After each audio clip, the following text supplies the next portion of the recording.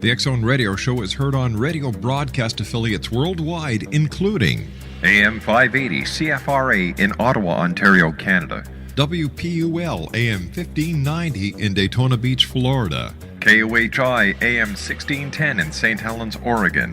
KHRO AM 1150 in El Paso, Texas. And for more information on becoming a professional broadcast affiliate of the X Zone Radio Show, visit www.xzbn.net or call toll-free worldwide 1-800-610-7035.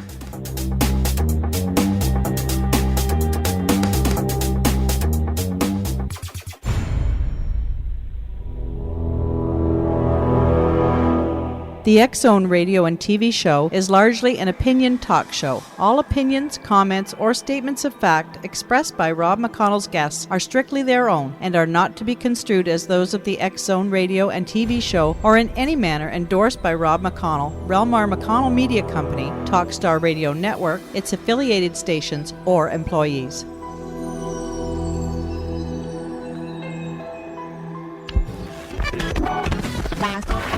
All Hit Radio.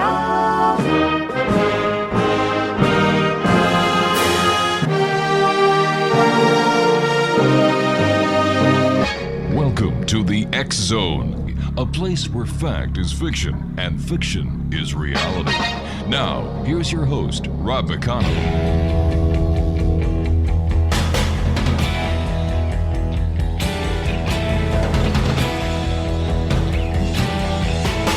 I know you've deceived me, now here's a surprise.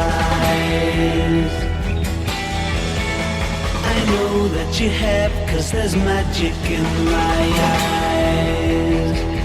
I can see for miles and miles and miles and miles and miles. Oh yeah. If you think that I don't... And welcome back to the X Zone, everyone. My name is Rob McConnell. We're coming to you from our studios in Hamilton, Ontario, Canada, on the Talkstar Radio Network, X Zone Broadcast Network, UK High Definition Radio, Euro High Definition Radio, and Star Cable. Toll-free worldwide, 1-800-610-7035. My email address is xzone@xzoneradiotv.com. On MSN Messenger, xzoneradiotv@hotmail.com. And our website, www.xzoneradiotv.com. This hour, X Zone Nation, Skip Atwater is our special guest. He is the research director at the Monroe Institute. Skip was guided from within to a career as a counter-spy during the Cold War era, where he used his natural psychic aptitude as a U.S. Army counterintelligence special agent. He played a key role in the remote viewing intelligence program, now known to the world by the code name Stargate. For 10 years, Skip was the operations and training officer for this secret remote viewing program. He recruited and trained an elite cadre of professional intelligence officers to do remote viewing for the Department of Defense and various members of the national intelligence community. He planned, conducted, and reported thousands of remote viewing intelligence collection missions. Working in the Bob Monroe Research Lab, he has explored the realms of his own consciousness and adopted a spiritual perspective of everyday life. In his role as research director, he published technical research on methods for expanding consciousness, authored the inspirational book Captain of My Ship, Master of My Soul, which is now available as an ebook, and assisted hundreds of individuals in experiencing and exploring expanded states of consciousness. Joining me now from the Monroe Institute is Skip Atwater. Skip, welcome to the X Zone. Thank you very much, Rob. Nice to be here. It's great having you with us, Skip. Could you give our listeners what the basic definition of remote viewing is? Well, there are several ways to answer that question. We think of it as a mental means to describe locations, activities that are distant from you, blocked by distance, whether that distance be in time or in space. A more refined definition is that it's a very protocol-driven, scientifically based procedure. It is not waking up from a prophetic dream or having some sort of vision. It's a very controlled type of use of psychic perception. Skip, you and I have to take a commercial break. We'll be back in 2 minutes. Exonation Skip Atwater is our very special guest. He is the research director at the Monroe Institute. And his website, and the website for the Monroe Institute, is www.monroeinstitute.org. That's www.monroeinstitute.org. The X Zone is a place where people dare to believe, dare to be heard, Monday through Friday from 10 p.m. Eastern until 2 a.m. Eastern. And you can always listen to us if you've missed the show by going to www.xzonepodcast.com. And for more information on the TV series Paragators, visit the website www.paragators.org.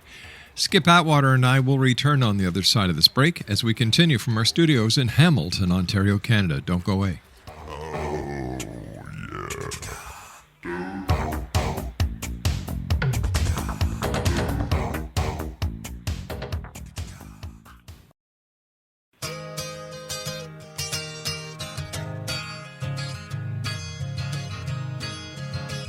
I'm looking through you. Where did you go? I thought I knew you. What did I know? You don't look different, but you have changed. I'm looking through you. You're not the same. Your lips are moving. I cannot hear. Your voice is soothing, but the words aren't clear. Skip Atwater is our special guest. He is the research director at the Monroe Institute. Their website is www.monroeinstitute.org. Skip, when was the decision made, and who made the decision that the U.S. Army and other intelligence agencies, I should have said the Department of Defense and other members of the national intelligence community, were going to use remote viewing? I think that there is not one exact date that began, but a series of events that happened over a period of time. If we look back in the very early 1970s, apparently the CIA was providing intelligence collection requirements. They used to call them ICRs, intelligence collection requirements, to a widespread intelligence effort to find out if there was anybody which was in then the Soviet bloc countries, behind the Iron Curtain, as we used to say, or any other places in the world that were investigating paranormal phenomena, and developed several leads, several reports pertaining to money being spent and high-level scientists investigating things. And that led to approaching a research organization known as Stanford Research Organization, Stanford Research Institute, or SRI International as it's now called, and finding a man by the name of Dr. Puthoff, who had stumbled across some research that he was interested in with Ingo Swann. And in 1972, then, he worked with Ingo Swann, a remote viewer, to do several experiments, and published those reports in the Journal for Electrical Engineers, which is the IEEE journal. When the CIA got word of this, they approached Dr. Puthoff and said, "Boy, have we been looking for you." And he said, "Well, what do you mean?" He said, "Well, we have these reports from these foreign research organizations that are studying paranormal activity, and we would like you to replicate some of the experiences, some of the experiments that they're doing to see whether or not the results they're producing are true, or is this some sort of false propaganda or false intelligence." So SRI was originally under contract in the very early 1970s to replicate the work being done at foreign locations that had been detected by the CIA. How would the CIA actually get their hands on the information of the experiment that could be replicated? Well, they use a multidiscipline intelligence approach. You hire a janitor who works in the building, and you watch the cash flow through the banks and find out what professors from what universities are going to work in what laboratories. Mm-hmm. A very intricate, multi-source picture emerges as to what's going on in that building and who's working there, how much work is being done, what are people talking about in the coffee shop, and so forth, and then attempting to replicate that activity. What were some of the experiments that were repeated on this side of the Iron Curtain? The idea of being able, again, to describe things at a distance, what in a more occult expression might be clairvoyance. Mm-hmm. There was some attempt at psychokinesis. That much of that psychokinesis work went to Princeton University rather than Stanford Research Institute back in the 70s. And there was always this, concept of manipulation or the ability to make someone do something else. Remember the chess game, was it with Karpov, or something? Was that the Russian's name? There was an accusation that there was mind control being used. Yeah. You remember that story? Yeah, sure do. So there was a concept of, is there an ability to do this? Can these people that seemingly describe things at distant locations or can bend metal or alter random number generators, could they in some way be used to affect the behavior of human beings or stop a rabbit's heart, or all these strange suppositions? So many of those things were examined and looked into, and as the years passed, eventually there was a defector that came out from behind the Iron Curtain who had worked in all these labs and could verify the research being done and the results that were coming out of there. Were the experiments successfully repeated? The ones for distant viewing or remote viewing, as it came to be called, were successfully repeated, although it was an interesting story, and Dr. Puthoff, originally working with Ingo Swann, they were trying to have him describe objects hidden in boxes, and then they would open the object and match his descriptions, see how closely he was able to describe. And the joke is that with Ingo's many invitations to go home, meaning that he was sort of an honorary guy and said, this is the stupidest experiment I've ever seen in my life. If I want to know what's in that box, I'll just reach over and open the box. He says, this is trivial nonsense that you're doing. And of course the scientists are all like, trivial? Well, we're scientists. We're doing this in a controlled fashion and so forth. And so he says, see that big world map you have on the wall there? He said, give me the coordinates of any place on there and I'll describe what's there. And of course the scientists didn't believe him. Russell Targ and Hal Puthoff were like, well, okay, but first tell us what's inside this little box over here, kind of a thing. And so eventually, sort of placating themselves, they said, okay, we have some hidden coordinates for you.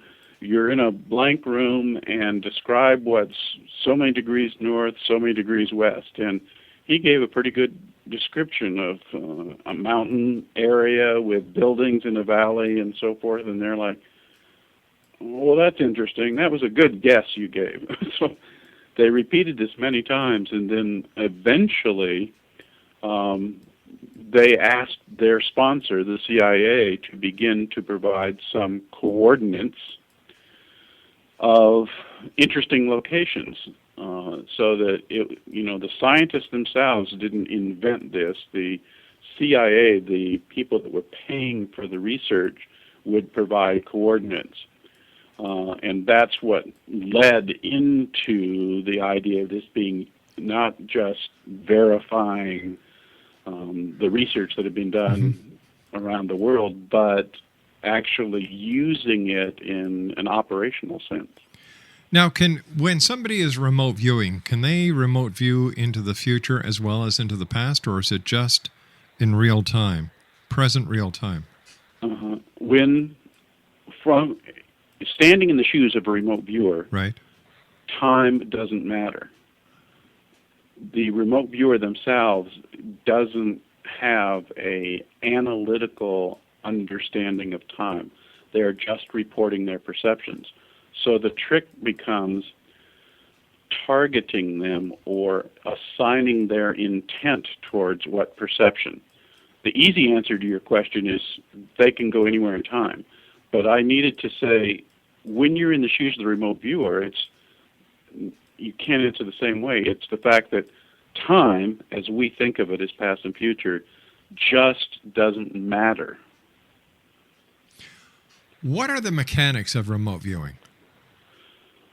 It seems to be a ability to focus one's intention in we don't want to say a specialized altered state of consciousness because that's getting too spooky, but it has to do with an ability to relax, focus one's intention, and the ability to describe the perceptions you're having without attaching meaning, or what we call in the business analytical overlay.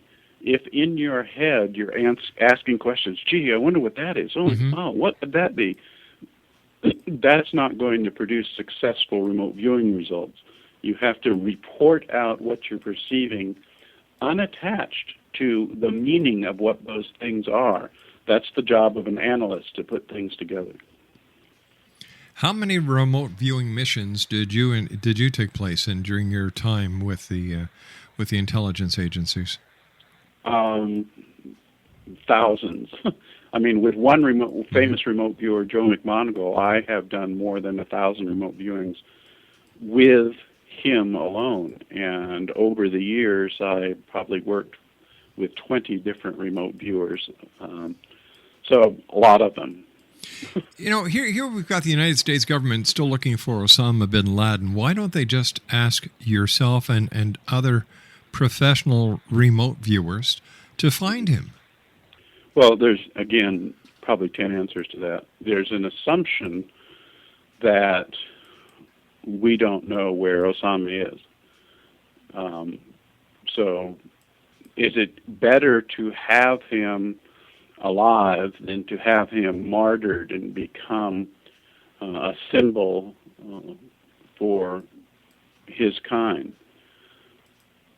Another answer, whole other answer, forget I ever said that, a whole other answer is, if I describe where he is now, I might say a dark, smoke-filled cave with soot on the ceiling, and I smelled You're describing all of the caves in that part of the world. Right. So it isn't very helpful in saying, well, where is he? All right, stand by. Skip, you and I have to take Sure. our commercial break at the bottom of the hour with the news. Skip Atwater is our special guest. He is the research director at the Monroe Institute. Their website is www.monroeinstitute.org. I'll be back with Skip Atwater on the other side of this commercial break as the X-Zone continues from our studios in Hamilton, Ontario, Canada. Don't go away. I'm looking through you. You love to sing. Your lips are moving. I cannot hear. Your voice is soothing.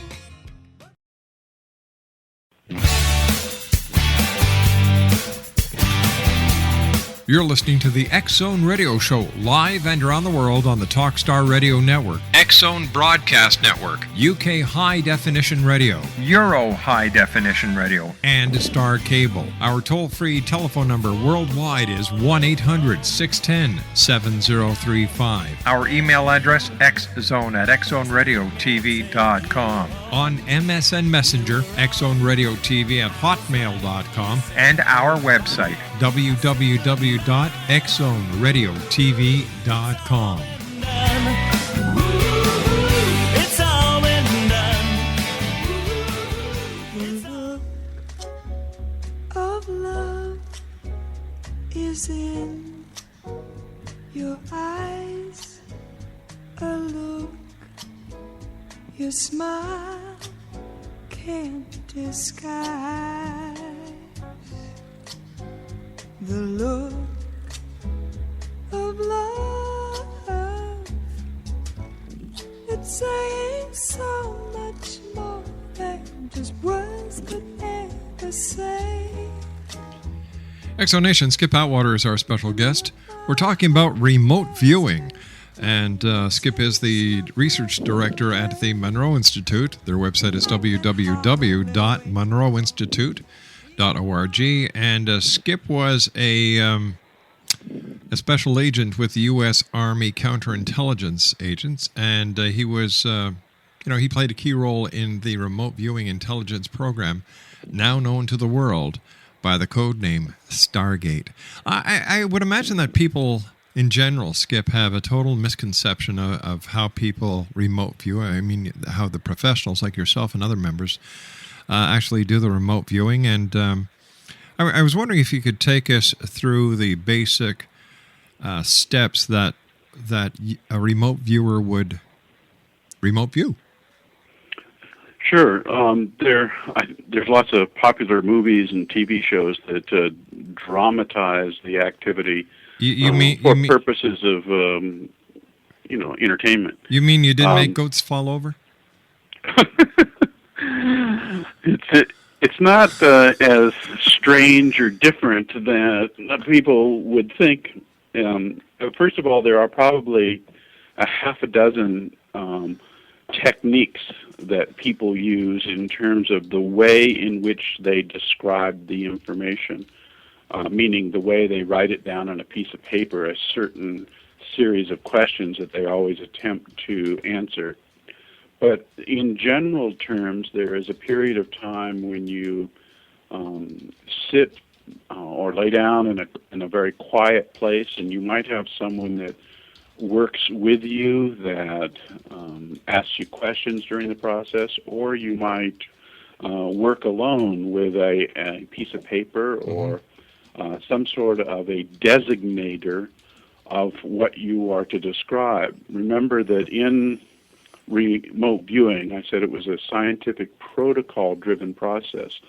So you don't come up in your sit down today and say, oh, I'm going to remote view who's at McDonald's for breakfast. The problem with that is that it fills your mind up, you personally, your mind up with every time you've ever been to McDonald's and every person that you've ever seen in there.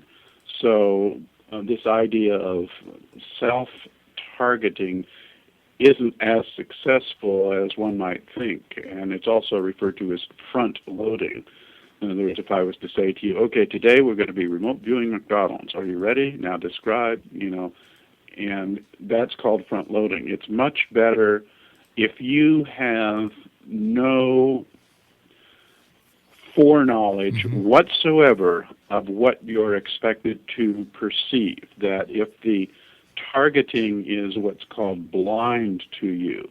So it can be a set of geographic coordinates. It can be, say, a sealed envelope, and in this envelope is a picture of someone, and we need you to describe that person, their state of health, and their location. And you focus and concentrate on, that's my task at hand. I need to describe this information they need. And then you turn inward to a mental plane, a mental slate perhaps in your own mind. People experience it differently. and simply wait for information to come. And you might have a perception of a tree. And so you write down or draw on your paper a tree. But you have to discipline yourself to say, oh, a tree, yeah, it must be a forest. Oh, look, there's a forest and there's grass here. You cannot be asking yourself analytical questions about what is the meaning of the tree. You just simply wait for the next piece of information to come in. Interestingly enough, over the 4 decades that this has been going on, it turns out that many of those mental perceptions that percolate into consciousness without being attached to some sort of analytical signature are capable of being validated as being ground truth pertaining to a particular location or a particular activity, as though mentally we have access to this information. But if we don't pay attention to it, like right now I'm paying attention to talking to you on the phone, I'm not paying attention to these things I might come to know had I paid attention to something else. Is it very hard for someone to learn how to be a remote viewer? I've been in this business such a long time, there are always multiple answers to every question. All right, give me your top 3 answers. Okay. One approach is you can't possibly learn to do remote viewing. It's a natural talent. So that does away with that. Another answer is that yes, you can learn, and there are different techniques that you may be more drawn to, more successful. They teach a technique called controlled remote viewing. There's a technique of meditative remote viewing. There's techniques using NLP concepts in remote viewing. You need to find out what kind of a person are you, what kind of a thinker are you, how do you process the world around you, and find a particular technique that works for you. It certainly is not difficult to set a novice down, give them a 5-minute briefing, and then target them on something. They have a lot of beginner's luck of finding out, oh my goodness, I can do this. I never knew what those images in my head were, but now I see they can actually pertain to something. And you go from that into building up under general learning theory a increasing skill level, learning about not jumping to conclusions, not adding things to your perceptions to display only the facts of the things you perceive. So it does appear in this argument to be a learnable skill, just like you might learn to play the violin or the piano or to learn to dance. If a person was a member of the military, would they be a better candidate to learn remote viewing since they have been trained how to pay strict attention to orders and to concentrate and to focus? That's a really good question. When in 1977, when I first asked Dr. Putoff, how do you choose a remote viewer, and he was looking at me like, oh man, you guys are going to get a bunch of special forces snake eater people. And so finally he said, well, listen, we have sort of 6 criteria, and I can't remember them all right now, but they're certainly in my book. You need to have people that have a good reputation in your office. They're the guy you go to get the job done. You need to have a person who is what we might call a global thinker, a person who is willing to take in, to inflow a whole lot of data. Before, not someone who is quick to snap decisions, but someone who wants to absorb a lot of data, always find out more information before they come to any kind of a conclusion. So we looked around when we first interviewed in the military community. We looked around for people like this, people that had this kind of approach to life, dependable people that, who's the guy, you go into an office and there's 40 people working there and you ask the boss, who's the guy you go to when you want to be sure this job is done? And they say, oh, Mary over there, Lieutenant Mary Fitzgerald, she gets the job done every single time. And so, that's the first thing. Well, has Mary ever thought about this, or has Mary ever thought about that? So it's an interesting process, and there does seem to be a profile, but really the only way you can find out for sure is to try it for yourself. And one of those things you ask about, can you learn to do remote viewing? There is another concept of natural talent that says 0.1% of the population can have a specific talent. A person who has that artistic talent, a person who is the athlete, a person who is a musician. We sort of divide up our population, and 0.1% seem to gravitate to those expert people. What that means is, in remote viewing, 0.1% of Americans, there are 300 million people, so 0.1% is 30,000 people. So there ought to be 30,000 really good remote viewers someplace. We just don't know where they are. And what about the piano players? Well, if you didn't get lucky as a kid and got piano lessons, or in junior high learned to play the violin, you might have that talent inside you, but you just don't know until you try. Does a person's IQ have an effect on their ability to remote view? I think people with very high IQs get wrapped up in our educational system. And much of, this is an interesting thing to say, much of remote viewing is learning to unlearn or undo the habits that are encouraged by our current academic environment. When we grow up as children, we're, your parents put a ball in front of you and they have you look at it and they say, ball, ball. It's a ball. Look, you can play with it. And you're rewarded. The minute you say the word ball, everybody's, oh, so thrilled. Look, he said the word ball. And this continues to be a way in which we are educated in our Western modern society. Now, in remote viewing, you are trained not to say the word ball. You are to describe the raw perceptions. You sort of say soft, round, lightweight. They don't want you to jump to the word ball, because that is too much of a conclusion about the raw perceptions you're having. So, yes, I think intellect helps. You certainly have to have an average or slightly above average. They say average intelligence is about 100, so something 100, 120, 130s, but when you get up into the 150, 160 range, it may be that you're latched into the academic reward system too much. Never had the opportunity to examine that scientifically.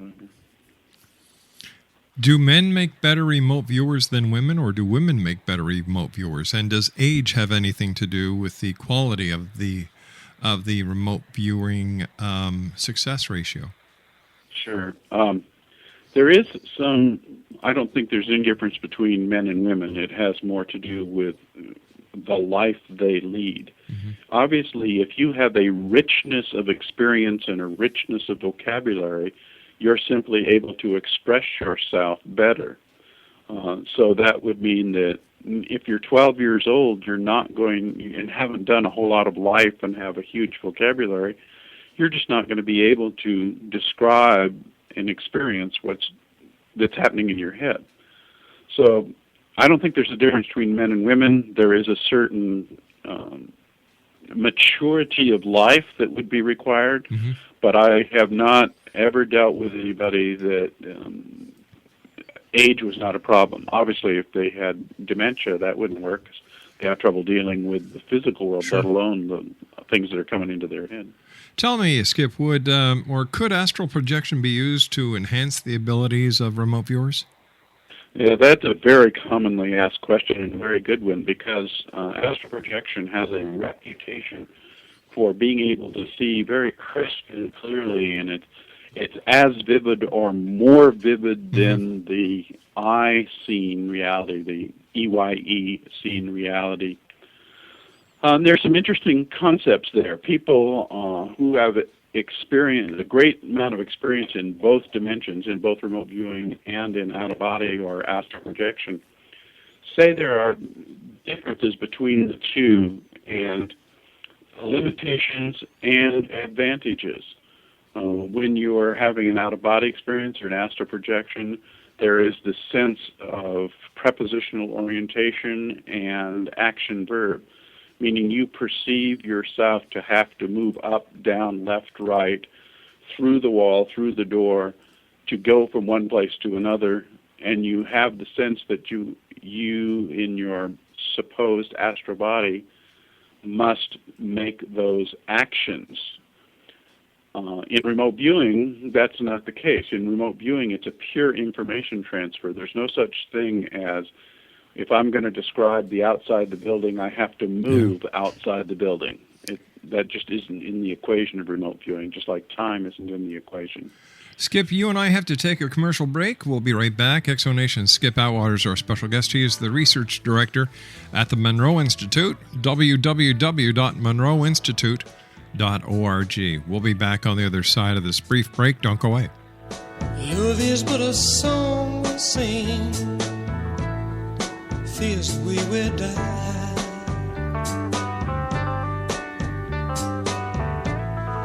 You can make the mountains ring, or make the angels cry.